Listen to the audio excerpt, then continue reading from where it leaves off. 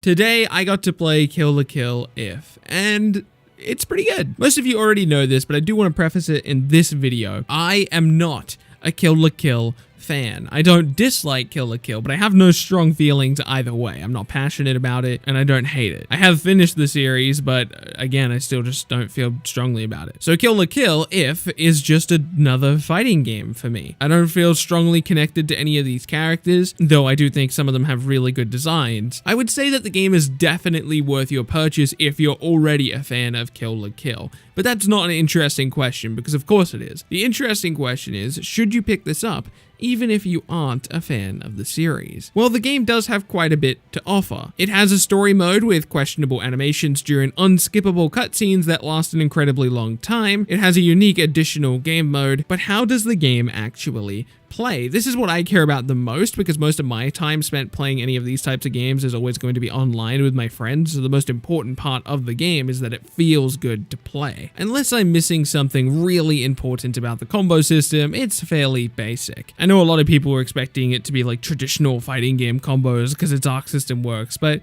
it's not. It's an arena fighter combo system. There's 3 different main buttons, obviously, other than like your movement buttons like jump and dash and all that good stuff, which we'll go over in a minute. But the 3 technical buttons, or the 3 basic buttons I should say, are attack, long range attack, and guard break. Attack is exactly what you think it is. It's an attack button. Long range attack, for most characters, this is basically a universal projectile, but there are some characters that break this rule. For example, Era has a really weak normal attack button, but when you charge up his normal attack button by using his long range attack button, his normal attack button becomes an actual long range attack, and it's way better than his normal punch. I know that sounds kind of convoluted, and it is, but it actually makes for a pretty interesting character. I kind of worry about this character online because he seems really good, or at least really annoying to verse, because that same ability that he can charge up his normal attacks with can be cancelled out of by holding the button into kind of like a get off me move, so he can constantly keep you off of him. This character is either going to be really good online or really, really bad, because a lot of projectiles exist in the game, so either you're going to be able to oppress him with projectiles or you're just never going to get in on him. And the final basic attack button is guard break, which,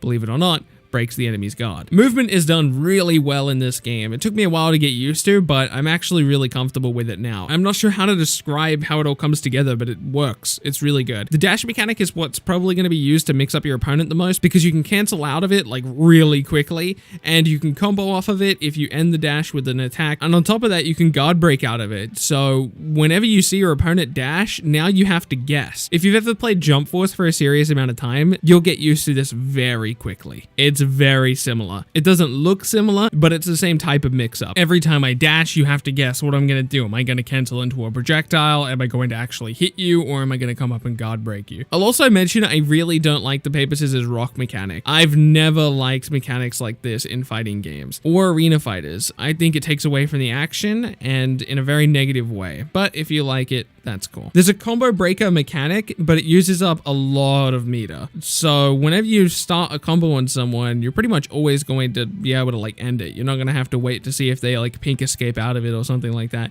And even when they do use the guard break mechanic, which is going to chew up the vast majority of their meter, there's nothing you could have done about it. So you're never going to like drop your combo because you were expecting them to pink escape or something like that. Here's an interesting side note. The game doesn't use the right stick at all, which I was a little bit worried about. I thought you might be able to control the camera with the right stick, but that's not true. So I was curious about how it would feel on a fight stick, so I tried it out, and it works really well on a fight stick. In fact, I'll likely be exclusively playing this game on stick. I'm not sure if this was an intended design feature from the developer A+ Games, but if it was, thank you guys for thinking about stick players. You've got a mode called Covers Challenge, which is kind of like a Warriors game. You beat up on 100 enemies and try to improve your best time.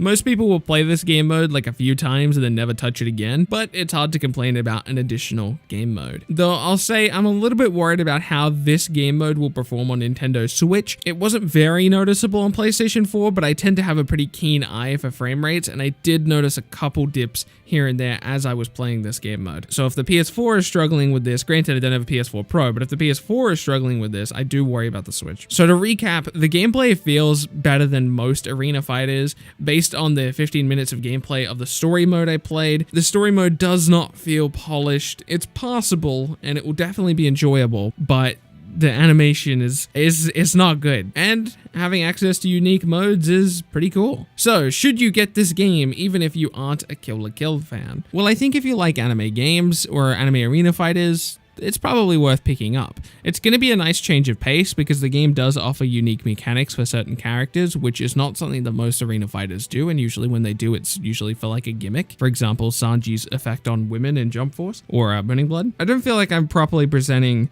the gravity of the situation. I think this game is really good. Like from a gameplay perspective, I think most arena fighters aren't very good. I think they have significant design flaws, but right now I think there are 2 arena fighters that are like genuinely good games from like gameplay perspectives. And right now I think that's My Hero Wants Justice and Kill la Kill If. Like that's the tier I'm putting Kill la Kill If in. It's really, really good from a gameplay perspective. Also, before I go, I'll just mention we have no idea what online is going to be like because this game is not actually live yet. It's possible the game's going to be unplayably laggy at launch. And if that's the case, I'll let you know on Twitter or I'll do a video or something. But right now this game's looking really good. I want to thank you so much for watching this video. If you're new around here and you like anime games, don't forget to subscribe to keep up to date with content like this. If you could leave a like on the video as well, it does help other people find it. My name has been Bilbsy, and I'll see you in the next video.